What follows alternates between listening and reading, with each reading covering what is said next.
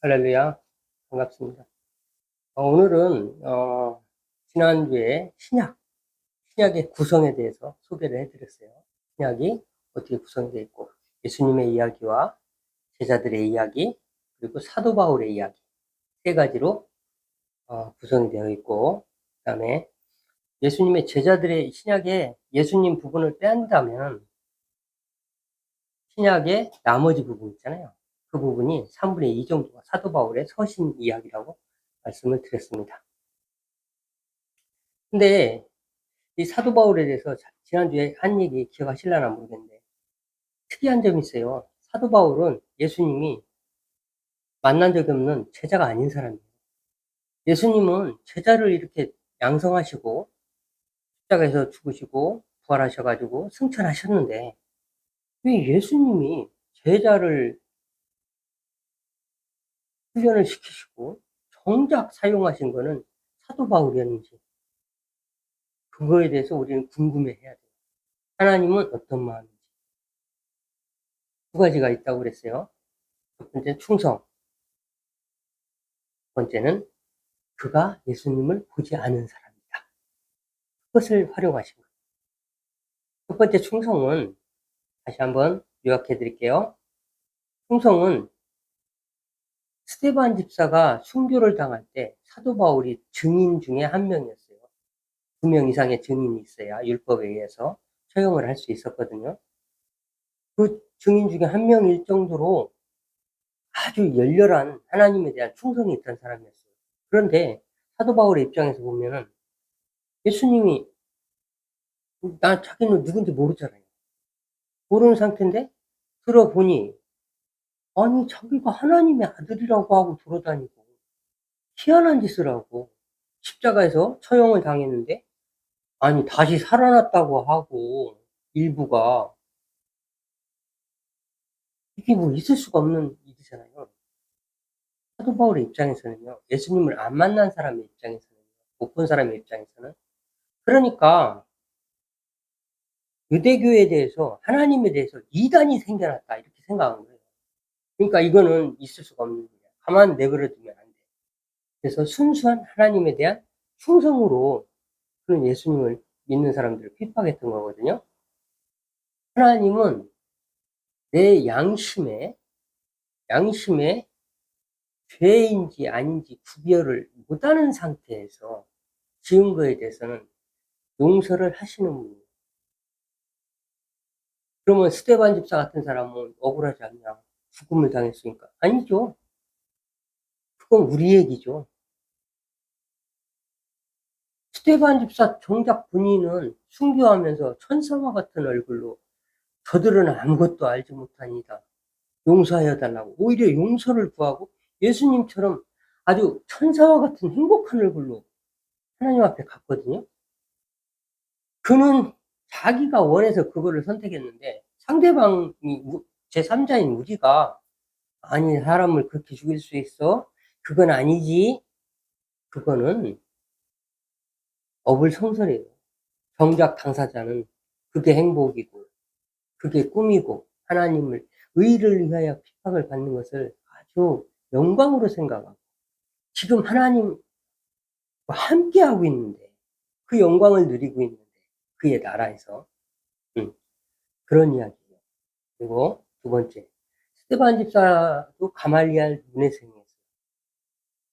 가말리알의 문화생 바리새파 중에 가장 지금으로 얘기하면 서울대학교 같은 그런 지성 집단이 교육을 시키는 곳이었어요. 율법을 교육시키는 곳이었어요. 바울도 가말리알의 문화생이었어요. 같은 지금으로 얘기하면 동문이었단 말이에요. 최고의 율법의 최고 권위 있는 곳에서 교육을 받은 사람인데 한 사람은 예수님을 위하여 순교하고 한 사람은 예수님을 핍박하는 곳에 서 있었어요. 근데 두 사람의 공통 분모는 뭐라고요? 둘 다 하나님에 대한 충성이었다. 예수님을 빼면 바울은 예수님을 몰랐으니까. 둘 다 하나님에 대한 충성. 그래서 하나님은 그를 사용하기를 원했어요. 왜? 그는 예수님을 그의 후에 예수님을 만난 뒤의 행동을 보면은 왜 이 사람이 하나님한테 사용되었는가, 그걸 알 수 있어요. 이 사람은 한번 마음 먹으면 '아 진짜 예수님을 만났어요? 진짜네? 예수님이 진짜 살아계셨네? 예수님이 하나님이네?' 진짜 만났더니 그의 행동이 어떻게 돼요? 반대로 180도 달라져 가지고 예수님을 향해서 인제 목숨을 걸어요.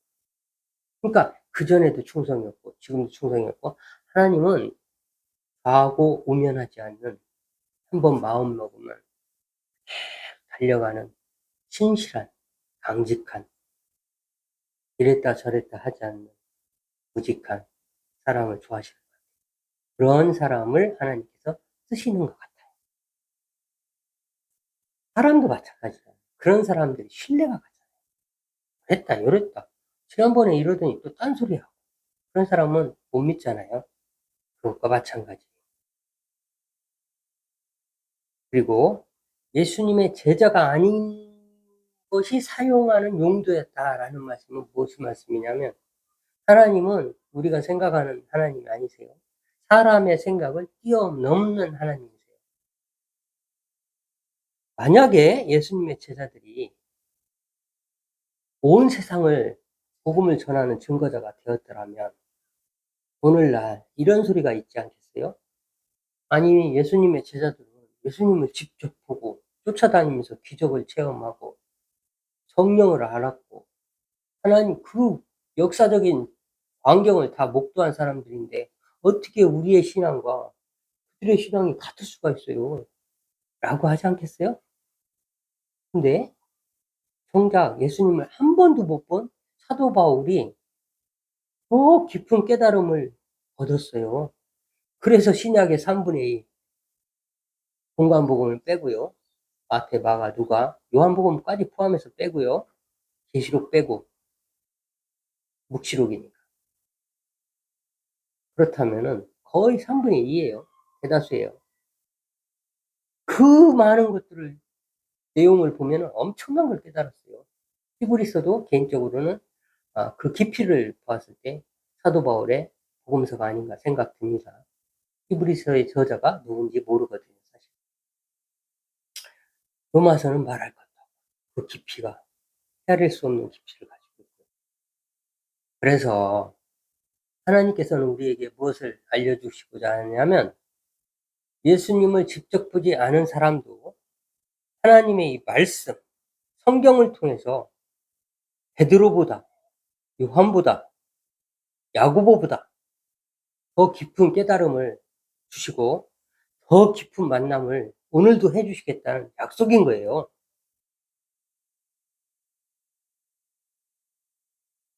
사도 바울이 없었다면 그 약속이 성립이 안 돼요. 예수님을 본 사람들이 신앙이 더 좋지, 눈으로 봤으니까 더 좋을 수밖에 없지, 그런 말을 못하게 하시려고. 성경에는 변명치 못하게 하려고 라는 말이 굉장히 많아요.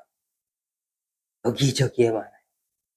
하나님께서 그런 사람의 변명을 못하게 하려고 다 곳곳에 사람이 변명할 만한 거리는, 예를 들어서 이 말씀을 통해서 깨닫게 해 주시는 은혜를 주시는 장면들을 곳곳에 넣어 놨어요.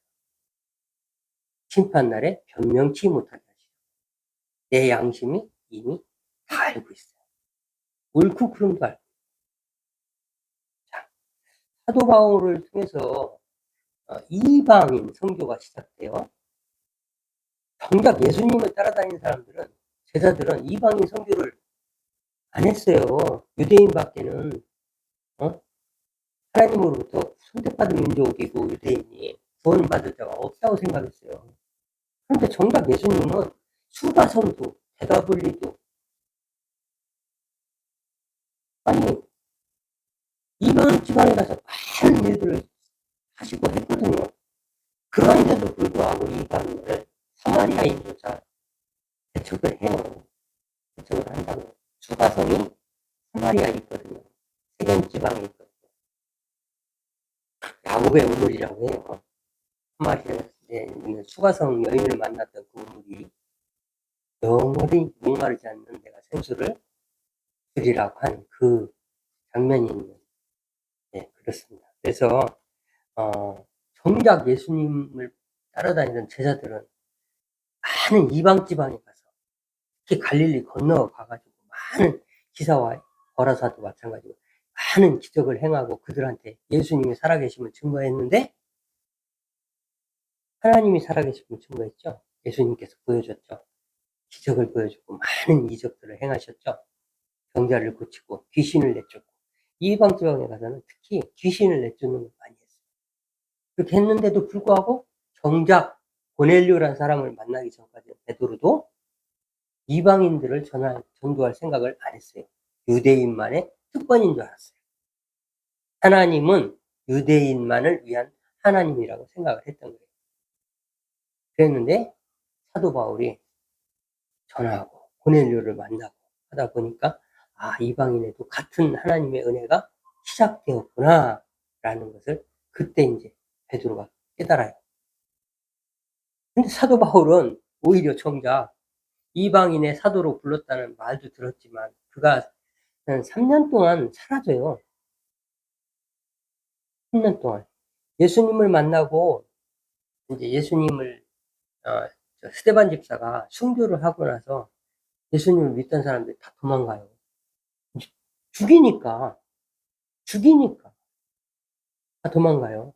그러다 보니까 이제 다른 안디옥이나 이런 데로 막 퍼져요. 여러 지방으로 퍼져요. 수리아 쪽으로, 다마스쿠스 건너가는 이제 위쪽으로. 아래는 애굽이니까요. 애굽하고 광야니까. 미디안이든 뭐 아라바든 광야니까. 위로 다 도망갔단 말이에요.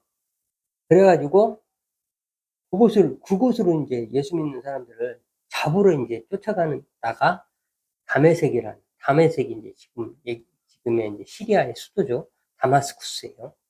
다메섹 도상, 길도자의 의상자 써요. 길 위에서, 다메섹 가는 길에서 예수님을 만나게 되는 거예요. 그리고 내가 핍박하는 예수다 하니까 그제서야 이제 예수님이 진짜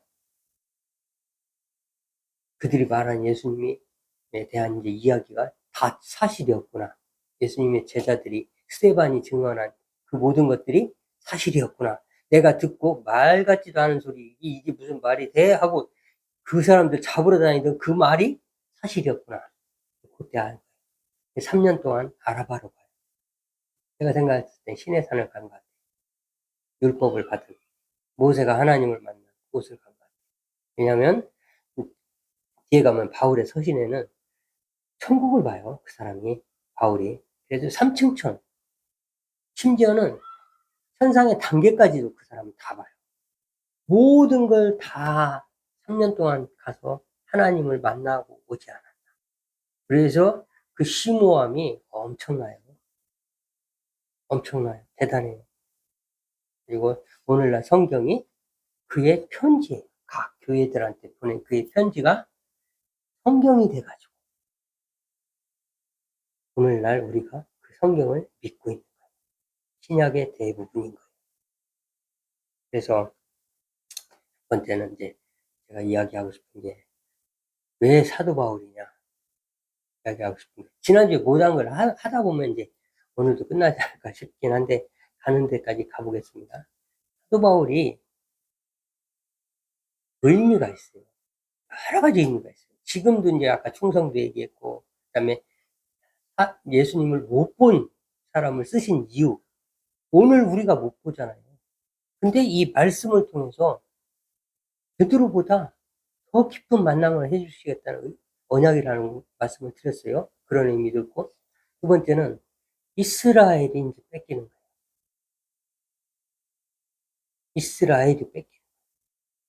하나님을 뺏기는 거예요. 그러니까 원래는 이스라엘의 하나님이잖아요. 아브라함 때부터 지금 예수 그리스도까지. 이스라엘에 하나님 함께 하셨잖아요. 늘 함께 하시고 선지자를 보내서 책망도 하시고 이스라엘의 하나님이신 게 맞아요. 근데 예수님 이유는 예수님이 십자가에서 죽으시고 부활하시고 승천하신 이유는 이제 온 세상에 이스라엘을 포함한 이스라엘에 꼭 배척한 건 아니에요. 하나님 배척하실 리가 없잖아요. 이스라엘을 포함한 온 세상에 하나님이 되신 거예요. 왜? 왜? 예수님의 죽음은 온 인류를 위한 죽음이에요. 이스라엘을 위한 죽음이 아니에요. 그 십자가의 죽음이 분기점이 돼서 온 세상이 이제 믿기만 하면 하나님의 자녀가 되는 권세를 주시는 그러한 세상으로 바뀐 거예요. 예수님한테 이 모든 세상을 하나님이 주신 거예요. 그의 나라라고. 그래서 천국을 그의 나라라고 하고 뿐만 아니라 온 세상도 심판자도 되시고 구원자도 되시고 그의 세상 임금도 되시고 그렇게 하시고 하나님께서 모두 주신 거예요. 이제 예수님한테. 그런 세상을 우리가 지금 살아가고 있는 거예요. 그렇게 이해하시면 돼요. 성경. 그래서 이스라엘이 어떻게 해서 이방인한테 이제 뺏긴다고 아까 했습니다만, 이스라엘도 돌아오는 사람은 다 예수님 믿는 사람은 하나님의 자녀가 되겠죠. 그지만 그들은 율법에서 벗어나지를 못해서 쉽게 돌아올 수 없는 구조적 한계점을 지니고 있는 민족이에요. 그래서 뺏겼다라는 단어를 쓸 수도 있는 거예요. 오늘날도 마찬가지예요. 절대로 예수님이 안 들어가는 데가 유대 민족이에요. 이슬람도 마찬가지지만. 그래서 뺏겼다는 말을 쓰는데 왜 뺏겼다고 쓰냐면 그들의 뺏긴 이유가 있어요. 첫 번째는 내 소견에 옳은 대로예요. 내 소견에 옳은 대로. 그 과정을 설명하는 거예요. 이스라엘이 하나님을 이방한테 뺏기는 과정. 내 소견에 옳은 대로. 하나님이 이런 거 좋아하시는 거 아니야? 뭐 이게 이렇게 하는 거 아니야? 오늘날도 그래요. 우리가 원하는 대로 믿어요. 우리가 바라는 대로 믿고 우리가 좋아할 거라고 하는 대로 믿고 그걸 믿음이라고 해요. 그런데 성경은 그렇게 이야기하지 않아요. 내 소견에 옳은 대로는 올바른 믿음이 아니에요. 하나님의 뜻 안으로 들어가는 거지. 그러면은 하나님의 뜻 안으로 들어가는 건 뭡니까? 하나님의 뜻을 우리가 어떻게 알아요? 그러니 그분을 바라고 기도하고 인내하고 기다리고 감사하고 그런 생활을 하는 거예요. 그러면은 하나님께서 그 마음을 보시고 하나님께서 그분 뜻 안으로 들어가게 해 주시는 거예요. 하나님이 다 책임져 주시는 거예요. 그 믿음이라고. 그러한 삶을 사는 거예요. 그런 삶의 행동, 그런 삶의 열매, 그 열매, 행함 이것이 있어야 내가 나를 믿는구나. 그것을 보고서 '내가 나를 믿는구나.' 라고 하신다는 거예요, 하나님은. 이렇게 성경책 들고 교회 와서 예배드리는 걸 믿음이라 하지 않고 변화된 삶, 하나님을 만나기 전과 만난 후가 변화된 삶, 그 삶을 보고 그 열매를 보고 그 행함을 보고 판단하시겠다는 거예요, 믿음이 있고 없고를. 그래서 믿음이란 게 하나님을 믿는다는 게 그 간단한 얘기가 아니에요. 하나님이 그렇게 만만하게 사람의 교활한 계산 딱 그냥 가서는 딴 생각이나 하고 있고 1시간 앉았다 왔으니까 인제 지옥은 안 가겠지. 하나님하고 그런 수싸움 하면 안 돼요. 지옥 안방감이에요 그거는. 그러니까 성경을 아니 교회를 다니고서 지옥 가는 게 제일 불쌍한 인생이라고 그러잖아요. 오히려, 오히려 죽도 밥도 아닌 인생을 사는 거죠. 그런 거예요. 그래서 자기 소견에 오른 대로 '내 이거를 믿음이라고 하는 거 아닐까?' 하는 천만의 말씀이요. 그렇지 않아요. 믿음의 선진들을 보세요. 다 죽음을 담보했어요. 아브라함, 이삭, 야곱, 뭐 요셉, 다니엘, 그다음에 다윗. 10년 동안 10년 동안 자기 나라 왕이 10년 동안 자기 죽이려고 쫓아다녔어요. 광야에서 10년 동안 도망 다니고. 그리고 폭포 뒤 동굴 같은 데 숨어서 살다가 용변 보는데 막 이렇게 뒤에 자르고 이런 거 있잖아요, 장면. 응? 사울이 용변을 보러 마침 들어왔는데 로켓을 잘라 가지고 내가 죽일 수 있었는데 안 죽인 거랑 표를 이렇게 하죠. 그런 게 왜 그래요? 폭포기 때문에. 폭포 뒤에 있는 동굴이기 때문에. 물이 샥 하기 때문에 그게 가능한 거거든요. 근데 그런 삶을 살았어요.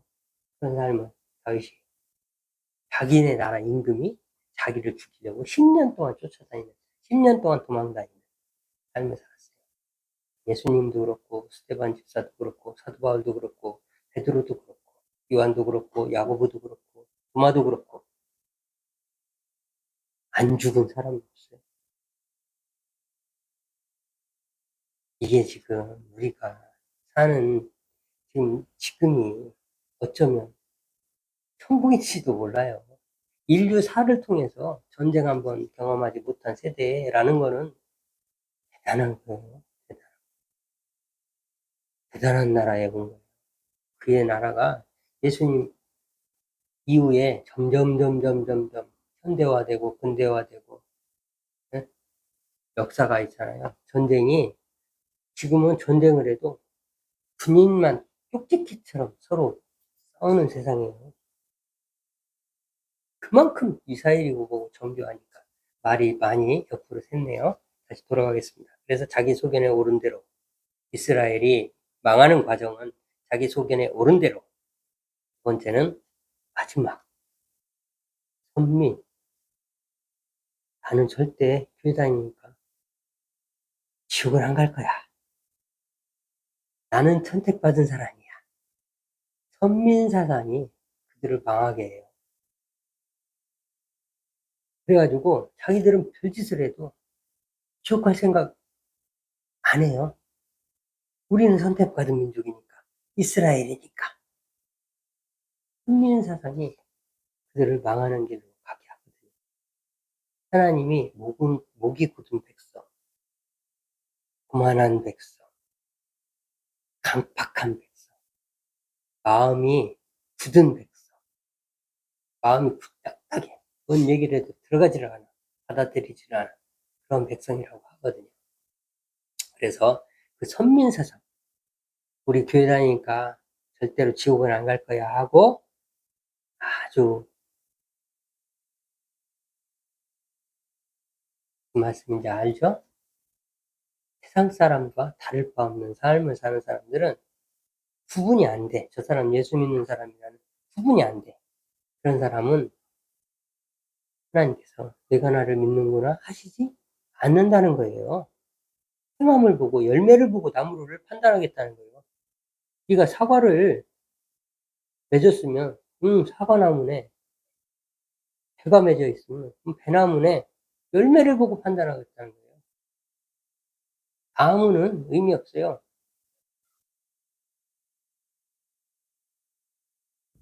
그래서 우리가 교회를 다닌다고 세상 사람들과 구분이 안 되는 그러한 삶을 사는 거는 행함이 없는 믿음, 죽은 믿음이 되는 거예요. 그렇습니다. 그리고 말씀에 대해서 이제 뭐 이해하는 거, 깨닫는 거. 사도 바울을 통해서 또 하나 얘기해 주는 게, 우리가 이해한다는 거, 깨닫는다는 거에 대해서 한번 생각해 보게 돼요. 어떤 것을 공부를 하는데 외우잖아요. 그건 지식이에요. 학문적 지식이에요. 근데 어떤 걸 이해한다는 거는 그게 왜 그렇게 됐는지 원리를 아는 거예요. 아, 그래서 이렇게 됐네.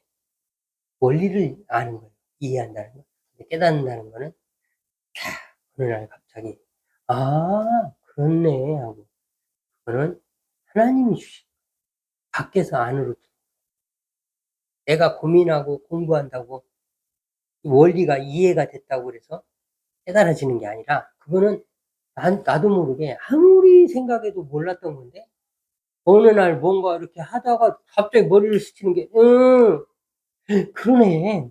왜 그걸 몰랐지?' 하고 들어오는 거거든요. 밖에서 안으로 들어오는 거예요. 깨닫는 거예요. 그래서 예수님을 보지 못한 사람이 어떻게 더 많은 깨달음을 얻을 수 있었느냐. 하나님의 깨닫는 거예요. 그래서 똑같은 말씀을 보는데 하나님께서 주시는 깨달음을 가져야 우리가 이 말씀에 깊이 있게 들어갈 수가 있어요. 이 말씀에 숨은 뜻 밭에 감추인 보화라고 그러잖아요. 천국을, 복음을 파도 파도 끝없는 양파와 같이, 속을 끝이 없는 양파와 같이 새록새록한, 성경을 읽을 때마다 새록새록한 깊은 깨달음이 또 오고, 이게 다인 줄 알았는데 다음에 읽을 땐 또 다른 깨달음이 또 오고 이러는 거거든요. 그래서 마르지 않는 생수가 되는 거예요. 복음이, 말씀이 영원한 하나님과 우리와의 대화예요. 일방적 대화죠. 하나님께서 나는 이런 하나님이야. 나는 이런 하나님이야. 나는 이런 하나님이야. 라고 계속 대화를 하시는 거예요. 그래서 성경을 읽지 않는 사람은 예수 믿는 사람이 아니다라고 감히 말씀드릴 수가 있어요. 그리고 이제 성경은 심오해서, 그러므로 결론은 성경은 심오해서 이 말씀은 이런 뜻이야 라고 결론을 내릴 수가 없는 책이에요. 왜? 하나님의 말씀은 말이죠, 사람에 따라서, 사람마다 형편이나 처지, 환경, 어떤 내 지금 기분, 마음의 상태 이런 거에 따라서 다른 은혜가 오게 돼 있어요. 똑같은 구절 가지고. 그래서 어떤 것을, 이런 거는, 이 구절은 이런 거다라고 정의할 수 있질 않아요.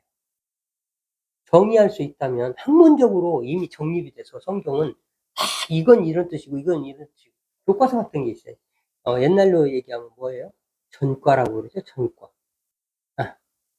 제가 학교 다닐 때는 전과라는 게 있었어요. 문제집이 있으면 그 답안지 같은 개념이에요. 답안지 같은 그런 게 나왔어야죠. 학문적으로 정립이 돼가지고 신학적으로 정립이 돼서 성경은 이런 말이야 라고 해야죠. 근데 지금도 새록새록한 말씀들이 계속 풍성하게 쏟아지고 있어요. 예를 들어 미국의 어떤 목사님이 갑자기 이제 어떤 알고리즘이 떠가지고 미국의 어떤 목사님이 얘기하는데요. 그런 그 구절 가지고 그렇게 얘기를 하네? 와, 너무 놀랐다. 하나님께 영광. 생각지도 못한 그런 이제 표현들을 하시고. 그래서 바르지 않는 생수라는 말은 영원히 우리에게 은혜를 주시는 책이라는 얘기예요. 그래서 성경을 읽지 않는 사람은 예수 믿는 사람이 아니에요. 하나님의 마음이 여기에 다 담겨 있다니까요. 하나님이 나한테 귓속말로 다 해주신다니까요. 모든 세상의 모든 상황이 다 여기 있어요.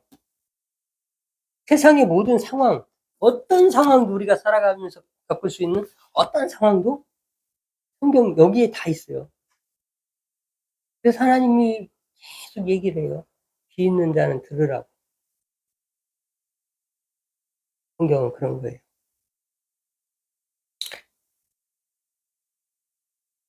오늘 너무 많이 갔네요. 그래서 오늘은 그러면은 마무리 할게요. 이제 아까 어떤 장면을 보다가 이제 우리 같이 한번 본 거 있죠? 왜? 광야 봤죠? 출애굽할 때 이스라엘 백성을 40년 동안 데리고 다닌 요대 광야. 그걸 봤죠? 정말 그렇게 아무것도 풀 한 푼이 없는 그런 산인 줄 몰랐죠. 거기에 40년을 끌고 다녀요, 하나님께서는. 저는 나만 봐라요, 나만 봐라. 아무것도 기댈 게 없고, 아무것도 희망이 없고, 아무것도, 세상은 그런 곳이야. 광야와 같은 곳이야. 스쳐 지나가는 곳이지, 거기에서 너희들이 얻을 게 하나도 없어. 세상에서는. 그런 의미이기도 해요, 광야는. 그래서 광야는 사막과 달라요. 비가 한 방울 오면은 생명이 솟아나는 곳이에요. 하나님의 은혜가 내리면은 거기서 많은 생명이 새록새록 솟아나는 곳이에요. 그래서 출애굽할 때 이스라엘 백성 40년 동안 그를 끌고 다니는데, 하나님은 내 은혜면 너는 족하다. 나만 바라봐라. 내 은혜만 있으면 너희들을 살아가는데 전혀 문제가 없어. 이 세상을 살아가는데 먹고 싸는 거는 그건 문제가 아닌데 그건 의미 없어. 그건 의미 없어. 진짜 먹어야 할 것은 만나야 말씀이야, 복음이야. 정작 너희들이 바라야 될 것은 세상 것이 아니라 하늘의 것이야.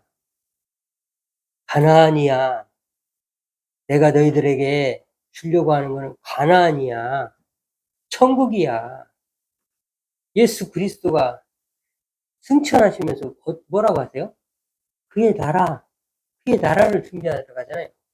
근데 그 나라를, 천국을 뭐라고 그러냐면 예수님이 너희들의 처소를 내가 예비하라 얘기하거든요. 예수님이 피값으로 사신, 그 십자가의 피값으로 사신 그 나라를 우리가 들어가는 거예요.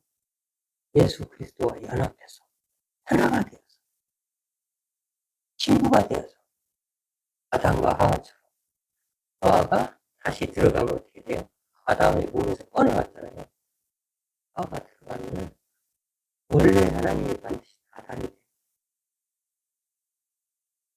그래서 예수 그리스도와 연합하여 한 몸 되어서 예수님이 되는 거예요.